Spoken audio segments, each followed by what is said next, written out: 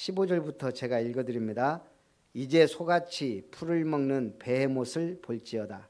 내가 너를 지은 것 같이 그것도 지었느니라. 지금 말씀 들으면서 이게 지금 어떤 동물에 대해서 얘기하는지 한 가지씩 생각을 해보세요. 그것의 힘은 허리에 있고 그 뚝심은 배의 힘줄에 있고 그것이 꼬리치는 것은 백향목이 흔들리는 것 같고 그 넓적다리 힘줄은 설로로 얽혀 있으며 그 뼈는 놋관 같고 그 뼈대는 쇠 막대기 같으니 그것은 하나님이 만드신 것 중에 으뜸이라. 그러면서 23절에 그것은 강물이 소용돌이 칠지라도 그것이 놀라지 않고 요단강물이 쏟아져 그 입으로 들어가도 태연하니 그것이 눈을 뜨고 있을 때 누가 능히 잡을 수 있겠으며 갈고리로 그것의 코를 꿰 수 있겠느냐. 한번 생각해 보세요. 어떤 동물인지. 오늘은 하나님을 탓하는 자는 대답할지니라 말씀으로 은혜를 나눕니다. 욥기 39장을 건너뛰었어요. 왜냐? 욥기 39장은 동물 세계에 대한 하나님의 지혜와 섭리를 나타냈습니다. 그래서 이거는 제가 첫 번째 대지에서 쭉 읽으면서 말씀드리려 합니다. 자, 하나님께서는 모든 우주 만물을 창조하셨어요. 그러면서 지금 욥에게 내가 만든 이 자연계, 동물들 그것을 보라. 이걸 다 내가 짓지 않았느냐 그러면서 지금 하나님을 탓하고 전능자와 다투겠다는 식으로 지금 일관해온 욥에게 네가 지금 누구와 다투냐 그러면서 내가 지은 것들을 하나하나 살펴봐라 그러면서 지금 동물들에 대해 얘기해요. 그러면서 1절에서 4절은 가축을 다스리는 하나님, 5절에서 12절은 들짐승을 다스리는 하나님, 13절에서 18절은 타조에게 장단점을 주신 하나님, 19절부터는 말에게 힘과 용맹을 주신 하나님, 26절부터는 매와 독수리에게 지혜를 주신 하나님에 대해 얘기합니다. 첫 번째, 산염소와 암사슴에 대해 얘기합니다. 자, 산염소와 암사슴은 깊은 산의 바위굴에서 살아갑니다. 그것들은 털의 색이 바위의 색과 비슷하여 사람의 눈에 잘 띄지 않습니다. 하나님이 이런 것도 지으셨고 기르셨다는 거예요. 두 번째는 들나귀에 대해서 나옵니다. 야생 동물 가운데 사람이 길들이기 힘들고 제어하기 힘든 것. 들나귀는 자유롭고 활발한 기질을 가졌습니다. 누가 주셨다고요? 하나님이 주셨다는 거예요. 그래서 들나귀는 광야에서 거주하는데 염분 있는 습지와 풀을 좋아해서 그곳에 머무릅니다. 자유로움을 좋아하는 들나귀는 사람들의 세계에선 들려오는 소란스러움을 비웃고 업신여깁니다. 인간에게 쓸모없는 들나귀도 하나님께서 먹이시고 돌보신다는 겁니다. 그 다음에는 들소에 대해 얘기합니다. 사람들의 유용하게 쓰이는 소와 동일한 종에 속하지만 사람에게 복종하지 않는 들소. 들소의 상징은 강한 힘과 위험하리만치 힘차고 엄청난 돌파력이라고 할 수 있습니다. 아무도 들소를 길들일 수 없습니다. 그것은 하나님이 자유를 주셨기 때문에. 사람이 그 힘을 이용하면 매우 유용할 거지만 하나님이 허락하지 않았다는 얘기입니다. 그 다음엔 타조에 대해 얘기합니다. 타조는 키가 2m 이상 되고 몸무게가 130kg 이상 되는 거대한 새지만 날개도 큰데 날 수가 없습니다. 날지 못하는 대신 뭐죠? 장점이 엄청 빨라요. 자동차와 비슷할 정도로, 물론 치타보다는 빠르지 않지만 아마 그 두 번째 가라면 서러워할 정도로 빨라요. 그런데 하나님이 날지 못하지만 그런 튼튼한 다리와 주력을 주셨다는 얘기예요. 근데 타조하면 뭐가 생각나요? 모성애가 없어요. 알을 낳아서 그냥 파묻어버리든지 그냥 알 낳아놓고 나몰라를 한대요. 그러면 그걸 사람이나 들짐승이 또 먹게 만들어요. 그래서 성경에도 몇 번 얘기해요. 타조는 모성애가 없는 걸로. 그나마 뻐꾸기는 자기 알을 다른 새둥지에 밀어넣기라도 하지. 타조는 그냥 신경을 안 써요. 이것도 하나님이 장단점을 주셨다는 거예요. 그 다음에는 말에 대해 얘기합니다.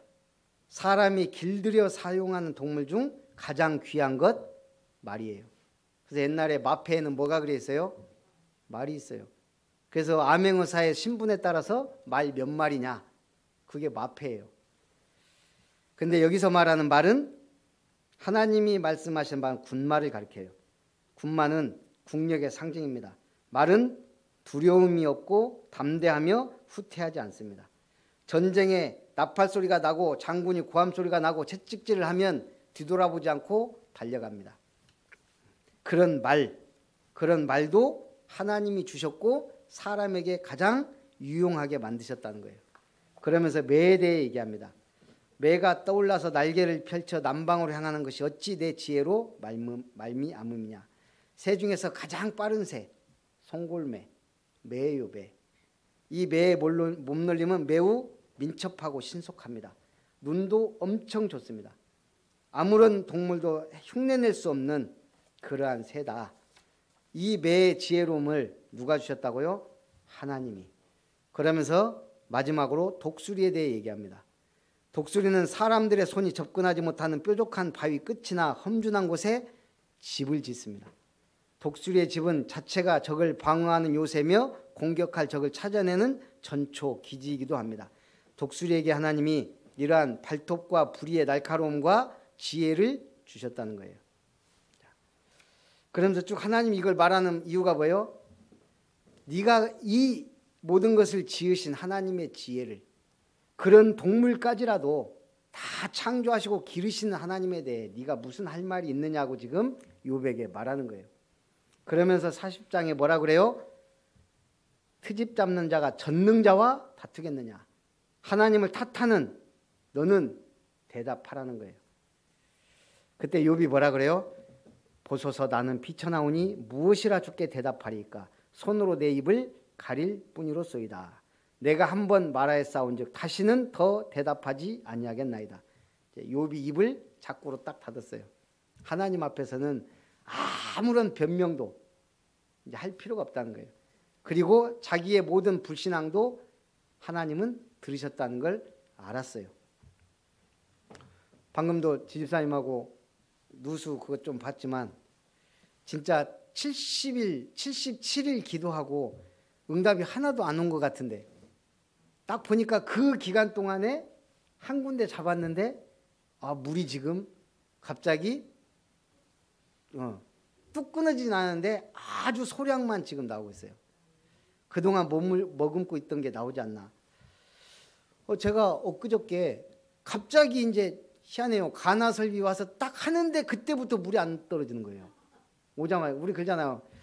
아픈데 병원 가면 안 아파요. 물이 그렇게 떨어지더니 또 다른 설비업체가 딱 왔는데 안 떨어져요. 물이. 그때는 또 아예 안 떨어지더라고요. 이상하다 하고 어쨌든 이분도 다 해봤는데 아예 이상이 없다는. 근데 이분은 또 디지털이라 떨어지는 게 보이더라고요. 조금씩 떨어져요.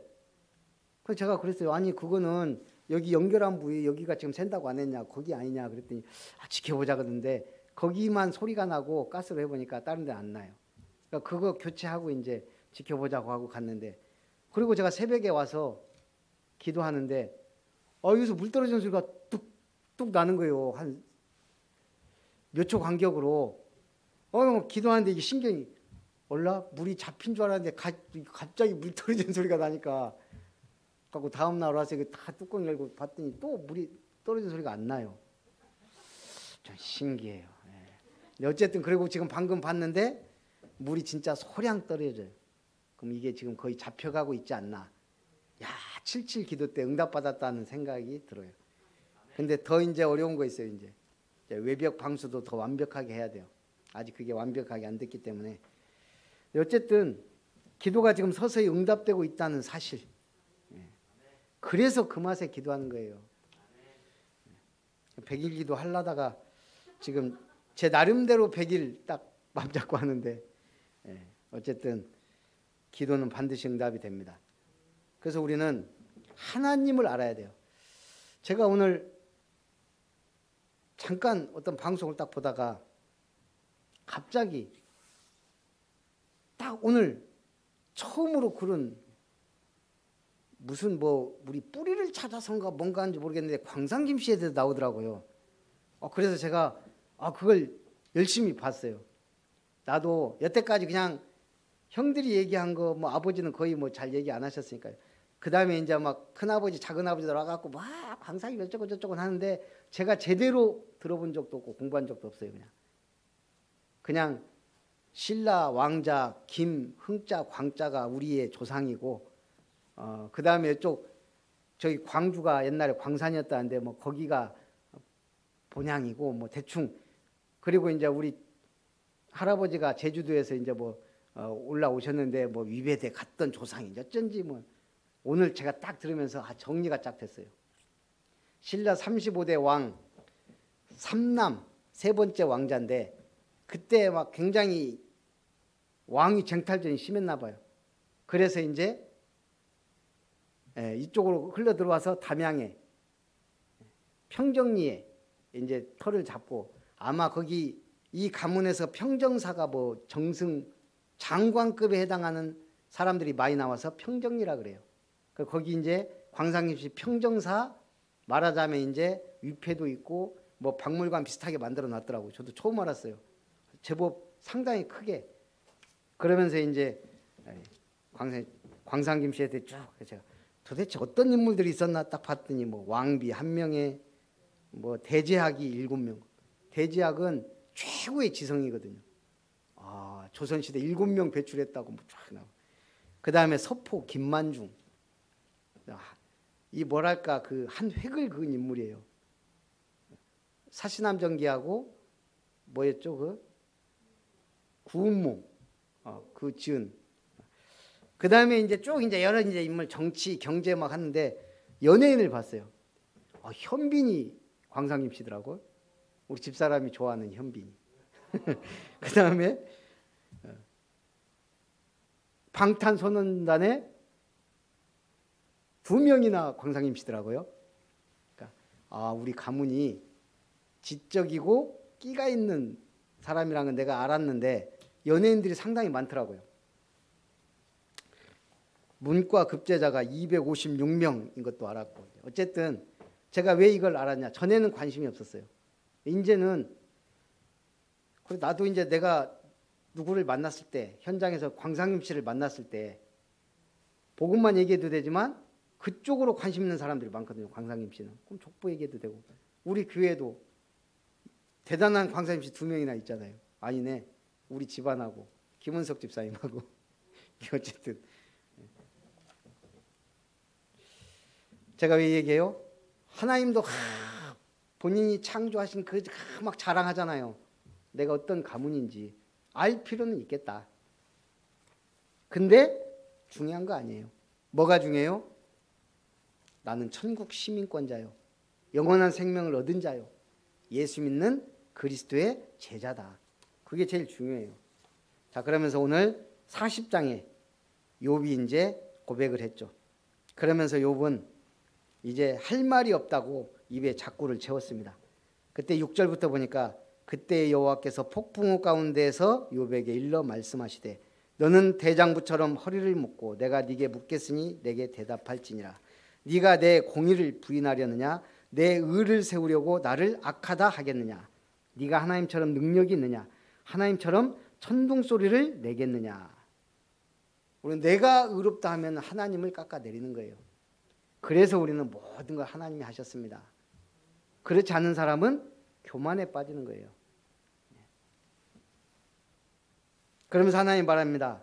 하나님처럼 천둥 소리를 내겠느냐. 하나님의 소리를 들어본 적 있어요?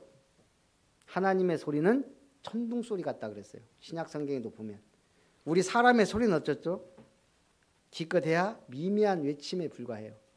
그러나 하나님의 소리는 어마어마한 우레소리 같이 천지를 진동시킨다는 거예요. 그런 하나님이 10절부터 보니까 교만한 자를 발견하여 모두 낮추되 모든 교만한 자를 발견하여 낮아지게 하며 악인을 그들의 처소에서 짓밟을지니라. 권위와 위엄, 존귀와 아름다움이 어디로부터 나오는지 깨닫지 못한 인생들이 교만한 길로 나아가요. 교만은 하나님을 대적하고 멸망의 지름길이 돼요. 그러면서 오늘 하나님이 15절부터 갑자기 베헤못에 대해 쫙 얘기하는 거예요. 자, 여기서 베헤못이 뭐 같아요? 권사님? 네. 아까 읽었으니까 이게 도대체 어떤 동물을 지금 하나님이 말할까요? 참고로 베헤못이란 말은 짐승이란 말의 복수형이에요. 그러니까 정확히 이게 뭐다라고 말씀을 안 하셨어요. 악어. 그 41장 1절에 보면 네가 낚시로 리워야단을 끌어낼 수 있겠느냐 할 때 학자들이 리워야단을 악어로 봐요. 예. 많은 학자들이 하마에 가장 높은 점수를 줬어요. 근데 꼬리가 문제예요. 여기서는 꼬리 치는 것이 백향목이 흔들리는 것 같다 그랬는데 하마는 꼬리가, 악어는 리워야단을 악어로 보고. 저도 이게 궁금했거든요. 저는 옛날에 어떤 학장가가 초식 공룡으로 얘기한 적이 있어요. 근데 이게 지금 공룡이라고 하면은 말이 맞는데, 근데 또 말이 안 되는 게, 문제는 지금 욥의 시대에 공룡이 있었냐 이 말이에요. 공룡이 물도 먹고, 물을 먹는다는 말은 그 요단강에 서서 그 물을 다 마실 만큼 어마어마하다 이 말이에요. 근데 이건 어쨌든 이제 학자들에 따라서 하마 또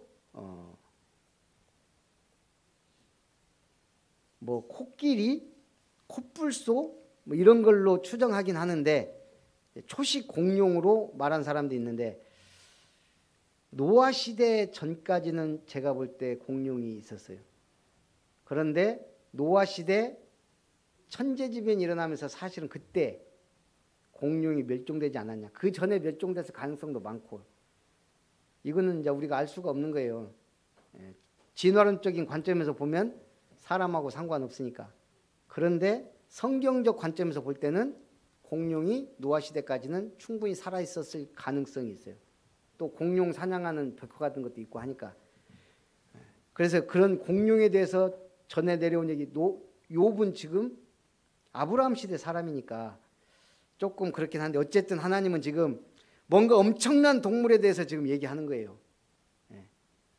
하마만 해도 어마어마해요. 그 하마에 대해서 말할 수도 있고, 악어에 대해 말할 수도 있고, 코끼리에 대해 말할 수도 있지만, 지금 얘기하는 걸 봐서는 그보다 더 엄청난 공룡 같은 것을 말하는 것 같기도 해요. 그래서 중요한 거는 우리 궁금하라고, 하나님이 확실하게 밝히지 않은 것도 많아요. 그럼 그냥 하나님이 이런 것들도 누가 그것을 잡을 수 있겠냐, 능히 잡을 수 있겠냐, 갈고리로 그것에 코를 꿰 수 있겠느냐, 그런 동물들이 많죠. 어쨌든 중요한 거는 뭐예요? 하나님이 왜 이런 것들을 쭉 언급하죠? 하나님의 전지전능하심을. 그러면서 하나님의 관심이 그런 날짐승, 들짐승에게까지도 은혜를 주셨다는 사실. 그러나 구원의 은혜는 하나님을 믿는 자에게 주신다는 사실. 그래서 오늘 우리가 뭐가 우선순위가 되어야 되느냐 이거예요. 모라비아 교회 선교사들이 예수 그리스도의 복음을 전하기 위해 최초로 그린란드에 파견됐을 때 생각을 한 거예요. 선교사님들이 그린란드에 바로 복음 전해봐야 이 사람들이 알아듣겠냐. 그럼 우리가 종교에 대해, 자연 종교에 대해, 이 자연을 창조하신 분에 대해 설명을 좀 해야 되겠다. 그래서 그 얘기를 계속 한 거예요. 이 사람들 깨달으라고. 바로 예수는 그리스도다 얘기를 해도 되는데, 그래서 첫 신자가 나오기까지 17년이 걸렸대요. 그 당시에 그 그린란드에 카야르낙이라는 아주 악한 사내가 있었는데, 선교사 움막에 우연히 들렀다가 성경 읽는 소리를 들은 거예요. 그때 이 선교사님이 읽었던 말씀이 예수 그리스도의 생애 중 마지막 한 주간, 십자가 사건, 부활 사건 쭉 그 부분을 들으면서 이 사람이 의문이 생긴 거예요. 아, 믿고 싶다는 마음이 생긴 거예요. 그래서 선교사님한테 찾아가서 어떻게 그럴 수 있습니까? 저에게 자세히 말씀해 주십시오. 저도 구원받고 싶습니다. 얼마 지나지 않아 카야르낙과 그의 가족은 그리스도를 믿게 되었고 그린랜드 첫 열매가 됐다는 거예요. 그래서 뭐 해야 된다고요? 먼저 그냥 복음 전하면 된다는 얘기예요. 될까 말까 아니에요. 그냥 복음 전하면 돼요. 그게 우리의 사명이자 우리의 천명인 줄 믿습니다. 살아계신 하나님 감사합니다. 오늘 욥기 40장을 통해 39장과 40장을 통해 하나님의 섭리와 그 다스리심과 그 지혜에 대해 욥이 한마디도 대답할 수 없었던 것처럼 오늘 우리에게 주신 그리스도의 복음 앞에 핑계대지 아니하고 오직 복음을 위하여 살 수 있도록 전도자로 살 수 있도록 축복하시고 은혜를 베풀어 주옵소서. 주